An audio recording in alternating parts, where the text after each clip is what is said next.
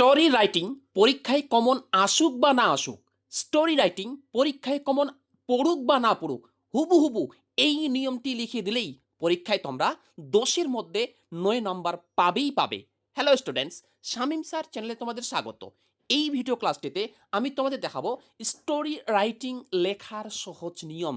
কিভাবে পরীক্ষায় কমন না পেয়েও তোমরা স্টোরি রাইটিং পয়েন্টগুলির সাহায্যে লিখতে পারবে। এই ভিডিও ক্লাসটিতে আমি নিয়ম 1, নিয়ম 2, নিয়ম 3 এবং অন্যান্য নিয়মগুলির সাহায্যে আমি তোমাদের দেখাবো। ভিডিওটি না টেনে সম্পূর্ণ দেখো। আশা করি এই নিয়মগুলি তোমরা ভালোভাবে বুঝতে পারলেই, এই নিয়মগুলির সাহায্যে তোমরা লিখলেই তোমরা কিন্তু পরীক্ষায় ফুল নম্বর পেয়ে যাবে। ওকে, দেখতে পাচ্ছ তোমাদের লেখা আছে স্টোরি রাইটিং লেখার সহজ নিয়ম। দেখো, এই স্টোরি রাইটিং লেখার বেশ কতকগুলি নিয়ম আছে।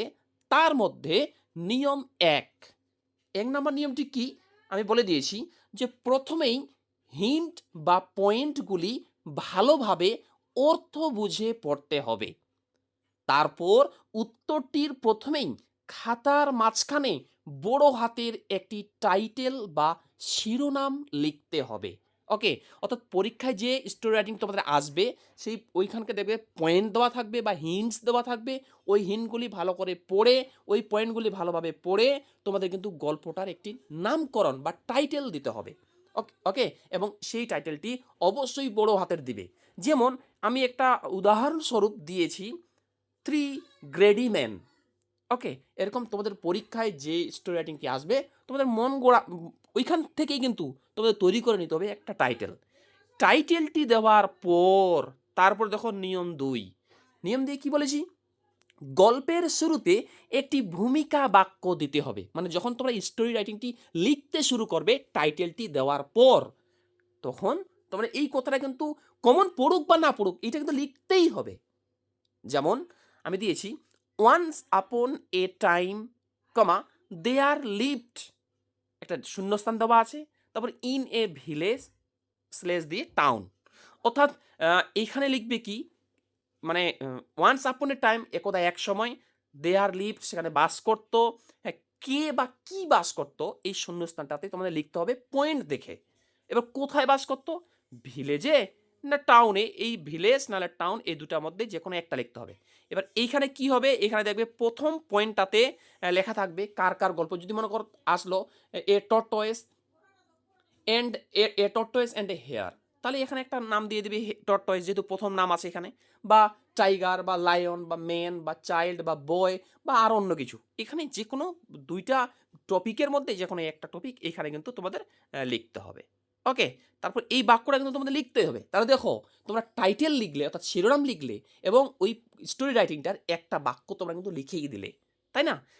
পরের নিয়ম দেখো, বলা হয়েছে গল্পের ধারাবাহিকতা বজায় রাখতে কতগুলি লিঙ্কার বসাতে হবে। লিঙ্কার, যেমন one day, comma then, comma later, comma after that, comma suddenly, comma because, comma as ইত্যাদি। মানে আমরা যে গল্পগুলি লিখবো, প্রত্যেকটা পয়েন্ট থেকে আমরা যে একটা বা দুইটা করে বাক্য লিখবো, এবার ওই বাক্যগুলির শুরুতেই এই লিঙ্কারগুলি কিন্তু বসাতে হবে। ওয়ান ডে মানে একদিন, দেন মানে তারপর, লেটার মানে পরে, আফটার দ্যাট মানে এরপরে, সাডেনলি মানে হঠাৎ, বিকজ মানে কারণ, এস মানে কারণ ক্ষেত্রে হয়। ঠিক আছে, এবার যেমন যেটা লেখা প্রযোজ্য, যেমন যেখানে যেটা হবে সেখানে কিন্তু তোমাদের সেটাই লিখতে হবে। এবার উদাহরণস্বরূপ আমি একটা দিয়েছি, যেমন ওয়ান ডে, একদিন, এই দেখো ওয়ান ডে, দেখতে পেয়েছো, a girl was walking on a rod. ঠিক আছে, এবার তোমাদের পয়েন্টে যেভাবে থাকবে ওই পয়েন্টগুলি তোমাদের কিন্তু লিখতে হবে। পরের নাম্বার দেখো, নিয়ম 4, গল্পের মাধুর্যতা বৃদ্ধি করতে গল্পটির মাঝে মাঝে ডাইরেক্ট স্পিচ ব্যবহার করতে হবে। এই ডাইরেক্ট স্পিচ বলতে ওই যে ন্যারেশনের মতো, ন্যারেশনে যে প্রশ্নগুলিতে থাকে কমা দিয়ে কোটেশন দিয়ে থাকে, ওরকম কিন্তু লিখতে হবে। যেমন আমি একটা উদাহরণস্বরূপ লিখে দিয়েছি, আকবর সেইট, আকবর বলেছিল I am the most powerful king. দেখো এখানে যে এই I am the most powerful king, এই বাক্যটা কোটেশন করা আছে এবং এখানে কমা দেওয়া আছে, কোটেশন করা আছে। এরকম মাঝে মধ্যে টোটাল গল্পটাতে এক জায়গায় বা দু জায়গায় তোমরা কিন্তু এরকম ডাইরেক্ট স্পিচ ব্যবহার করবে, ওই পয়েন্টগুলির সাহায্যে পয়েন্ট দিয়ে দেওয়া থাকবে কে কি কথা বলতে পারে, কখন বলতে পারে, না বলতে পারে, এগুলো কিন্তু তোমাদের নিজের মতো করে লিখতে হবে। কিভাবে লিখতে হবে উদাহরণস্বরূপ আমি তোমাদের বুঝিয়ে দিচ্ছি, দাঁড়াও। তারপর চলে আসো নিয়ম 5, স্টোরি রাইটিং লেখার ক্ষেত্রে কখনো ফার্স্ট পারসন ব্যবহার করা যাবে না। তোমরা স্টোরি রাইটিং যখন লিখবে তবে কিন্তু কখনো যখন যে বানিয়ে লিখবে কখনো আই লিখবে না, কখনো মি লিখবে না, কখনো মাই লিখবে না, কখনো আওয়ার লিখবে না, ঠিক আছে, কখনো মাইন লিখবে না, এগুলো কথা কখনো লিখবে না। তবে এক্ষেত্রে একটা একটা ব্যতিক্রম আছে, দেখো আমি একটু প্যারা করে লিখিয়ে দিচ্ছি। তবে ফার্স্ট পার্সনগুলি ডাইরেক্ট স্পিচ এর ক্ষেত্রে ব্যবহার করা যাবে। তবে ফার্স্ট পার্সনগুলি মানে কি, এই যেমন আই মি মাইন এই কথাগুলি আছে না, এগুলি কিন্তু ডাইরেক্ট স্পিচের ক্ষেত্রে ব্যবহার করা যাবে। ডাইরেক্ট স্পিচ বলতে কি, এই যে ন্যারেশনের যে কোশ্চেনটি থাকে ওরকম কিন্তু ওই ক্ষেত্রে ব্যবহার করা যাবে। আমার উপরে একটু নিয়ে যাই, আমি তোমাদের দেখাচ্ছি ডাইরেক্ট স্পিচে কীভাবে দেওয়া। এই যে যেমন লেখা আছে, দেখো I am the most powerful king, I am the most powerful king, এটা লেখা যাবে কেন, এটা কোটেশনের মধ্যে আছে এবং এই ডাইরেক্ট স্পিচের মধ্যে যে আই দিয়ে দেখো আমি এখানে আই লিখেছি আই, যদি তোমরা কোটেশন মধ্যে লেখো তবেই তোমরা কিন্তু এই আই মি মাই কথাটা লিখতে পারবে। যেমন উদাহরণস্বরূপ আমি এখানে দিয়ে দিয়েছি Akbar said I am the most powerful king, তাই না। চলে আসো নিয়ম 6, এই নিয়মটি সব থেকে গুরুত্বপূর্ণ। যদি তোমরা এই নিয়মটি বুঝতে পারো তার মানে মনে করো তোমাদের স্টোরি রাইটিং পরীক্ষায় গোটাটাই হয়ে গেছে, ফুলটাই সম্পূর্ণটাই তোমরা কিন্তু লিখতে পারবে। ওকে, নিয়ম 6 আমি কি বলেছি দেখো, নিয়ম 6টাকে আমি আবার কয়েকটি ভাগে ভাগ করেছি। তো প্রথমে দেখে নাও, স্টোরি রাইটিং সাধারণত পাস্ট টেন্স বা অতীতকালে লিখতে হয়। অর্থাৎ পাস্ট টেন্সের যে তোমাদের টেন্স জানতে হবে। এবার টেন্সটা আমি নিজে বুঝিয়ে দিয়েছি, দেখো কি কি টেন্সে লিখতে হয়, যেমন past indefinite, past continuous, past perfect continuous ইত্যাদি। দেখো একটা একটা করে আলোচনা করছি কিভাবে পাস্ট টেন্স দিয়ে লিখতে হয়। ঠিক আছে, দেখো আমি এবার হেডিং করে দিয়েছি যে পাস্ট ইনডিফিনিট টেন্স। এই পাস্ট ইনডিফিনিট টেন্সের মধ্যে আবার বাক্যের গঠন অনেকগুলি আছে। যেমন দেখো বাক্যের গঠন এক, এই নিয়মটা দেখো এক, এটা কিভাবে লিখবে, প্রথমে সাবজেক্ট, তারপর ভি2 মানে ভার্ব দুনার ফর্ম, তারপর অবজেক্ট, মানে এটা অ্যাক্টিভ ভয়েসের ক্ষেত্রে লেখা যাবে। যেমন উদাহরণস্বরূপ সে আমাকে একটি গল্প বলেছিল, তাহলে এটার আমি যদি ইংলিশ ট্রান্সলেট করি এই নিয়মটার সাহায্যে তাহলে এর উত্তরটি কি হবে, দেখো তাহলে এর উত্তরটি হবে এই বাংলাটার উত্তর হবে he told me a story. Okay, এবার দেখো বাক্যের গঠন দুই, বাক্যের গঠন দুইটি কিভাবে আছে দেখো, উপরটি কিন্তু ছিল এই যে উপরটি বাক্যের গঠন এক, এটা কিন্তু অ্যাক্টিভ ভয়েসের ক্ষেত্রে। ওকে, এবার দেখো বাক্যের গঠন দুই, এটি কিন্তু পেসিভ ভয়েসের ক্ষেত্রে। অ্যাক্টিভ ভয়েস আর পেসিভ ভয়েস জিনিসটা কি জিনিস, ভিডিওটি না টেনে সম্পূর্ণ দেখো। আশা করি তোমাদের আমি এই অ্যাক্টিভ ভয়েস এবং প্যাসিভ ভয়েসের টপিকটি একটু পরে আমি তোমাদের ভালোভাবে বুঝিয়ে দিব। ওকে, এবার দেখো বাক্যের গঠন দুইটি কি, প্রথমে সাবজেক্ট, তারপর ওয়াজ ওয়্যারের মধ্যে যে কোনো একটা লিখতে হবে, তারপর ভি3 এবং অবজেক্ট। কিভাবে এই নিয়মটির সাথে কিভাবে দেখে নাও, এই যেমন দেখো একটা উদাহরণ দিয়েছি আমি, দেখতে পাচ্ছ উদাহরণ হচ্ছে কি, পুলিশের দ্বারা চোরটিকে, এটা ধরা হবে, এটা টাইপিং মিস্টেক হয়ে গেছে, পুলিশের দ্বারা চোরটিকে ধরা হয়েছিল। ঠিক আছে, তাহলে এটা উত্তর কি হবে, ধরার ইংরেজি যে কট, তাহলে উত্তর হবে the thief was caught by the police. এই বাক্যটা কিভাবে বানাবে তোমরা এখন যদি কেউ বুঝতে না পারো ভিডিওটি না টানে সম্পূর্ণ দেখো, আমি এখনই টপিকটা ভালোভাবে বুঝিয়ে দিব। তারপর চলে আসো এই পাস্ট ইনডিফিনিট টেন্স, কিন্তু এটা কিন্তু পাস্ট ইনডিফিনিট টেন্স, একটু উপরে দেখাই, এই যে দেখো এখানে লেখা আছে পাস্ট ইনডিফিনিট, এটা কিন্তু পাস্ট ইনডিফিনিট টেন্সের বাক্যের গঠন এক, বাক্যের গঠন দুই, বাক্যের গঠন তিন। তো পাস্ট ইনডিফিনিট টেন্সের বাক্যের গঠন এক দুই দেখালাম, এবার দেখাবো পাস্ট ইনডিফিনিট টেন্সেরই মধ্যে কিন্তু বাক্যের গঠন তিন। প্রথমে কিভাবে লিখতে হবে, প্রথমে একটা সাবজেক্ট, তারপর ওয়াজ এর মধ্যে একটা লিখতে হবে এবং আদার্স অন্য কিছু লিখতে হবে। যেমন সে একজন স্বার্থপর রাজা ছিল, দেখো সে একজন স্বার্থপর রাজা ছিল, আমি এটা কি দিয়েছি, প্রথমে সাবজেক্ট তো হি করে দিয়েছি, তারপর ওয়াজের মধ্যে একটি ওয়াজ, তাহলে হি ওয়াজ এ সেলফিশ কিং। ওকে, এবার ওই পাস্ট ইনডিফিনিট টেন্সের মধ্যেই বাক্যের গঠন চার, দেখো বাক্যের গঠন চারটি তোমরা কিভাবে লিখবে দেখো। এর বলা হয়েছে কি, যে এর নিয়মটি হচ্ছে প্রথমে একটি সাবজেক্ট, তারপর একটা হেড দিতে হবে এবং আদার্স।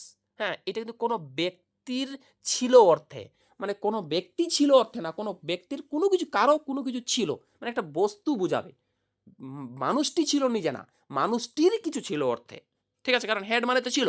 যেমন চাষিটির একটি অদ্ভুত হাঁস ছিল, চাষিটি তো হাঁস ছিল না, চাষিটির হাঁস ছিল, তাই না। তো কারো যদি কোনো কিছু জিনিস থেকে থাকে তখনই হেড কথাটা আনতে হয়। যেমন চাষিটির একটি অদ্ভুত হাঁস ছিল, তো উত্তর হবে কি? The farmer had a strange Goose, তাই না? এবার দেখো ওই পাস্ট ইনডিফিনিট টেন্সের মধ্যেই কিন্তু বাক্যের গঠন ১ হলো, বাক্যের গঠন ২ হলো, বাক্যের গঠন ৩ হলো, এবার বাক্যের গঠন ৪ হলো। এবার ওই পাস্ট ইনডিফিনিট টেন্সের মধ্যেই বাক্যের গঠন ৫। দেখো কিভাবে লিখতে হবে? প্রথমে দেয়ার, তারপর ওয়াজ এর মধ্যে একটি এবং আদার্স। এবার কোন জায়গায় ছিল অর্থে। আমি বললাম আ আমাদের বাড়িতে একটি আ টিউবওয়েল ছিল। আমি আরেকটা উদাহরণ দিলাম যে আমাদের গ্রামে একটি মসজিদ বা মন্দির ছিল। তা কোন জায়গায় ছিল অর্থে বোঝাবে। ঠিক আছে? তাহলে এর সূত্রটা হচ্ছে প্রথমে দেয়ার, তারপর ওয়াজ এর মধ্যে একটি বসাতে হবে। তারপর কি ছিল এটা ওখানে লিখতে হবে। ঠিক আছে?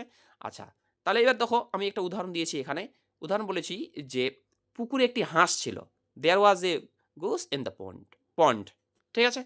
এই হয়ে গেল তোমার হচ্ছে পাস্ট ইনডিফিনিট টেন্স এর সাহায্যে আমরা স্টুডেন্টটি কিভাবে লিখতে পারবো। এই বাক্যের ৫ টা গঠন তোমরা ভালোভাবে মনে রাখো, তাহলেই কিন্তু বুঝতে পারবে। এবার প্রথমে কি ছিল? প্রথমে ছিল এই যে এই নিয়ম কিন্তু এটা ৬, এটা মেইন নিয়ম কিন্তু ৬। ৬ এর মধ্যে ১ নাম্বার পার্ট হচ্ছে পাস্ট ইনডিফিনিট টেন্স। এই যে ৬ এর নিয়ম ৬ এর মধ্যে এই পার্টটা হচ্ছে পাস্ট ইনডিফিনিট টেন্স। এবার এই পাস্ট ইনডিফিনিট টেন্সের বাক্যের গঠন ১, ২, ৩, ৪, ৫ হলো। এবার কিন্তু পাস্ট ইনডিফিনিট টেন্স নয় এবার। এবার কিন্তু টেন্সটা হচ্ছে পাস্ট কন্টিনিউয়াস টেন্স। এটাও কিন্তু নিয়ম ৬ এর মধ্যে পড়ে। এবার এই পাস্ট কন্টিনিউয়াস টেন্সের কিন্তু একটাই নিয়ম। তারপর বাক্যের গঠনটা কিরকম? কিভাবে লিখতে হবে বানিয়ে? প্রথমে সাবজেক্ট, তারপর ওয়াজ এর মধ্যে একটি, ভি1 ওর সঙ্গে আইএনজি অবজেক্ট। ওকে? নিয়মটি বুঝতে পারলে। এবার একটা উদাহরণ দিই এটা দিয়ে। যেমন উদাহরণ দিলাম আমি একটা যে ২ জন মহিলা ঝগড়া করছিল। দেখো ২ জন মহিলা ঝগড়া করছিল। 2 women were quarreling। ঠিক আছে? বাক্যের গঠনটা কিভাবে হবে? বাক্যের গঠনটা এই উপরে দেওয়া আছে, এখানে দেখে নাও। এই যে বাক্যের গঠন এটা পাস্ট কন্টিনিউয়াস টেন্সের ক্ষেত্রে। এবার এই বাক্যের গঠন দিয়ে আমি কিভাবে উদাহরণটা বানিয়েছি দেখো এটা। ওকে? তাহলে মোট স্টোরি রাইটিং লেখার কিন্তু ৭ টি নিয়ম আছে। তার মধ্যে থেকে ১, ২, ৩, ৪, ৫ টি আমি দেখালাম এবং ৬ নাম্বারের মধ্যে আবার ২ টা টেন্স দেখালাম। সেটা হচ্ছে পাস্ট ইনডিফিনিট টেন্স এবং পাস্ট কন্টিনিউয়াস টেন্স। তাহলে ৬ টা নিয়ম হয়ে গেল। এবার আমি আসবো স্টোরি রাইটিং লেখার নিয়ম ৭। তার আগে ছোট্ট একটা রিকোয়েস্ট, যদি ভিডিও ক্লাসটি ভালো লাগে ভিডিও একটি লাইক করো এবং তোমরা যারা চ্যানেলে নতুন এরকম অধ্যায়ভিত্তিক প্রশ্ন উত্তর সাজেশন পাওয়ার জন্য আমার চ্যানেলটি সাবস্ক্রাইব করো এবং পাশের বেল আইকনটি প্রেস করে অল বোতামটি ক্লিক করে দাও পরবর্তী ভিডিওর নোটিফিকেশন পাওয়ার জন্য। তোমাদের সকলেরই মনে একটাই প্রশ্ন, স্যার আপনি যেই পিডিএফ থেকে দেখাচ্ছেন সেই পিডিএফটি আমরা পাবো কিভাবে? তাই তোমাদের উদ্দেশ্যে বলছি এই পিডিএফটি অর্থাৎ এই প্রশ্ন উত্তরগুলো তোমরা যদি কেউ নিতে চাও তাহলে এই ভিডিও ডেসক্রিপশনে দেখো আমি একটা লিঙ্ক দিয়ে রাখবো। সেই লিঙ্কটা ক্লিক করলেই তোমরা কিন্তু ডাইরেক্ট এই সমস্ত প্রশ্ন উত্তর পেয়ে যাবে। ওকে? আচ্ছা, পরে চলে আসো।